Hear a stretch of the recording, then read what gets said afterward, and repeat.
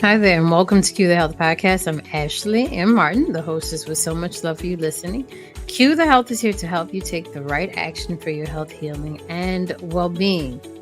Trauma is an event and not a life sentence. The words that I heard while taking a trauma informed coaching course shifted my perspective tremendously. I was taking this course while I was recovering from a traumatic event myself, and being the person that I am and knowing that lemons can lead to lemonade, I decided to get what I needed and to be able to equip myself to help others as well.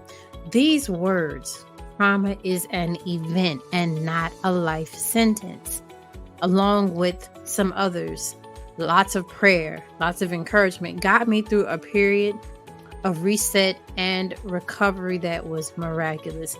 I won't go into too much detail about what happened, but do know that it was traumatic enough to where many of the things in my life had to be reset. And in my being, my body, my mind, my soul had to be reset. And it took over a year to recover. The primary resets took place in my nervous system, parts of my memory, my vision, my hearing, and my mobility in general. So today, in this final episode of season 1, I'm going to share with you all some keys for going from trauma to triumph. The miracle of it all is that 1, I'm alive, I'm living again. 2, I have my right mind, thank God. And 3, I'm able to get back to a normal quality of life where I regained my independence and I'm able to do things for myself again. Now, I wouldn't wish what I experienced on anybody, but I do know that things happen to even the best of us. That being said, again, I want to share with you some keys and some ways to overcome. These are things that help me. So if you find yourself in a season or a situation where you've experienced something traumatic, whether it was acute or chronic, and you are ready to shift to triumph, or you know somebody who needs to shift from trauma state to triumph state, here are a few keys.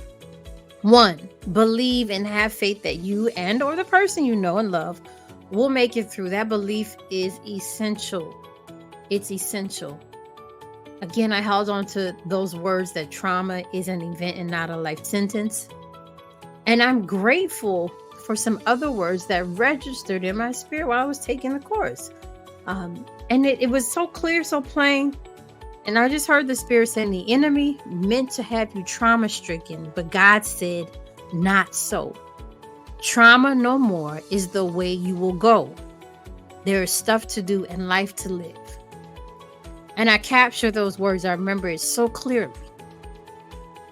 So that reminder that in the midst of the trauma, in the midst of the whatever it was, the God was still with me and for me. And it kept my faith going, and it kept my belief going, and it gave me the fuel to keep going in the midst of reset and recovery. Number 2, be honest about when you're struggling and ask for help when you can.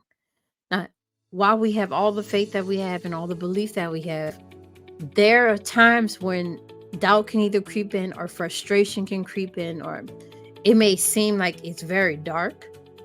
And you need the light to come on a little bit stronger than other times.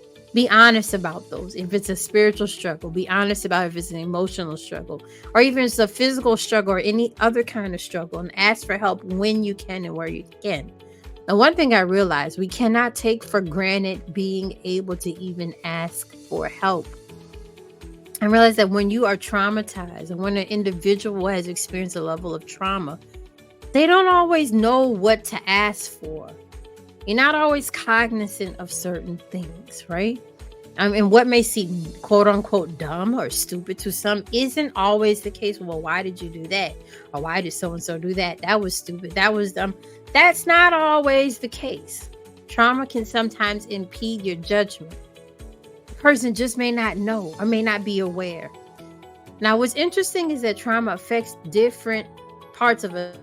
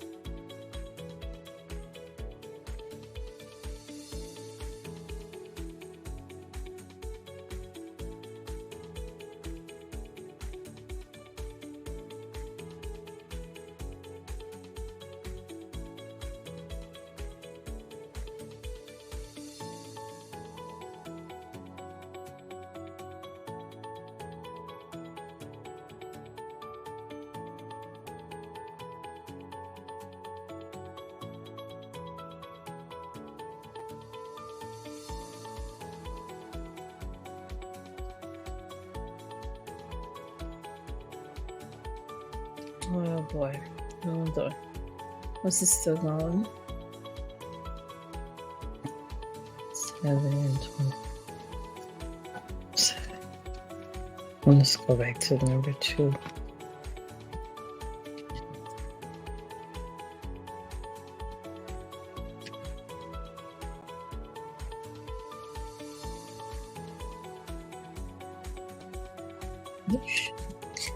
Number 2, be honest about when you're struggling. Ask for help when and where you can. Don't take for granted being able to ask for help. And I think that's sometimes something that we do. Sometimes pride can get in the way. And that's when you have to, as best as possible, um, stay as humble as possible.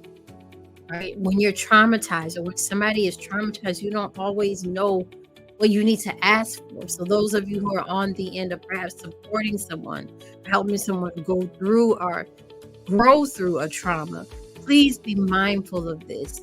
They may not be being prideful. They may not be dumb. They may not be stupid. They may simply not know, or trauma is blocking some part of their cognition or their normal. There's certain things sometimes that I realize you're not cognizant of when you're overcoming trauma, right? What may seem, again, as prideful to some people or dumb or stupid, oh, that was a no-brainer. It actually does involve your brain. It actually does. The person may not know, or that person may need to be healed in that area. Trauma affects us differently in different areas. In my case, as I mentioned, it affected different parts of my body, different parts of my mind, different parts of different functionality. Do know this, miracles are real. And there has been restoration in my memory and thought processes and bodily functions. And I'm sure some of you listening may have experienced those same miracles, that same healing, that same goodness. But be honest, there were days where I just could not go. And I was honest with those that I knew. I'm like, I just can't do it right now. There were days when asking for help, hey, can you help with this? That was the only option. And then there were some days help was needed to be asked for, but it just wasn't there. So as much as possible, be honest where you're struggling. Be honest and know when to ask for help. And then if you are on the end of engaging with someone who is growing through and coming through and overcoming a trauma, please exercise love, compassion, and patience if you can. And know that they may not be cognizant of everything like they normally are. They'll grow through it. Remember that faith and that belief is extremely important. Is extremely important. Number 3, do the best that you possibly can. That is all that you can do. You take it one step at a time. You take it one day at a time, 1 week at a time, 1 moment at a time. Do the best that you possibly can do. That's all you can do. Throughout my recovery, there were days I was able to move along and do some things. And then there were days I had to completely surrender and be still and heal. And I would be lying if I say it wasn't the most frustrating thing. There were sometimes I was frustrated, but guess what? In that frustration, I was being set free. I cried some days, I screamed some days, I laughed others. Again, in that frustration, I was being set free. I had to surrender to be able to receive the healing that I needed and able to move forward in a normal way. But again, that's one step at a time, 1 day at a time, 1 week at a time, 1 moment at a time. And you'll know, you'll feel the progress, you'll see the progress, and feel what you need to feel. That's important. Knowing that you shouldn't stuff your emotions, and you shouldn't try to, in an unhealthy way, escape reality, right? Sometimes there are healthy escapes that you need. Those things keep people going too, but not unhealthy escapes. Don't stuff your emotions, because that can fester and turn into other things. But if possible, release as best as possible without hurting anyone or hurting yourself. Sometimes I had to go outside and just scream. There was a day I just went outside, I just screamed because I wanted to do my normal go getting, moving and shaking and moving, and I simply couldn't. I just went outside and I screamed and I got it out, and guess what? I felt so much better. And I rested for a little while, and then I got back up and was able to do a few things. So again, do the best that you possibly can. That's all you can do. And then let God do the rest and get some help. Number 4, finally, celebrate milestones. Every milestone, celebrate. Every return to a good normal, celebrate. Every return to health and trauma freedom, celebrate. Every token of love, compassion, justice, support, be grateful and celebrate. I'm thinking about you. I'm praying for you. How can I help you? Celebrate. I can do this again like I used to do. Or I don't have to do that anymore like I don't want to or don't need to. Celebrate every miracle, every principle, every good thing that comes your way throughout the process from trauma, every miracle, every good thing that comes your way throughout the process from trauma to triumph, celebrate. Just celebrate it. It'll make all the difference in the world. And it's the fuel that you need to keep going. As we wrap up this episode and close this season of Q the Health, remember, you are worth investing in. You are worth healthing in. And your life is worth fighting for. If you know someone who could benefit from hearing and putting any of the nuggets, any of the advice, the tips, the rules, the recipes to use from this first season, please don't hesitate to share it with them. If something's worked for you, leave a comment. If you have a question, if you have a request, leave it in the comment as well on YouTube. Until next time and until next season, Q the Health.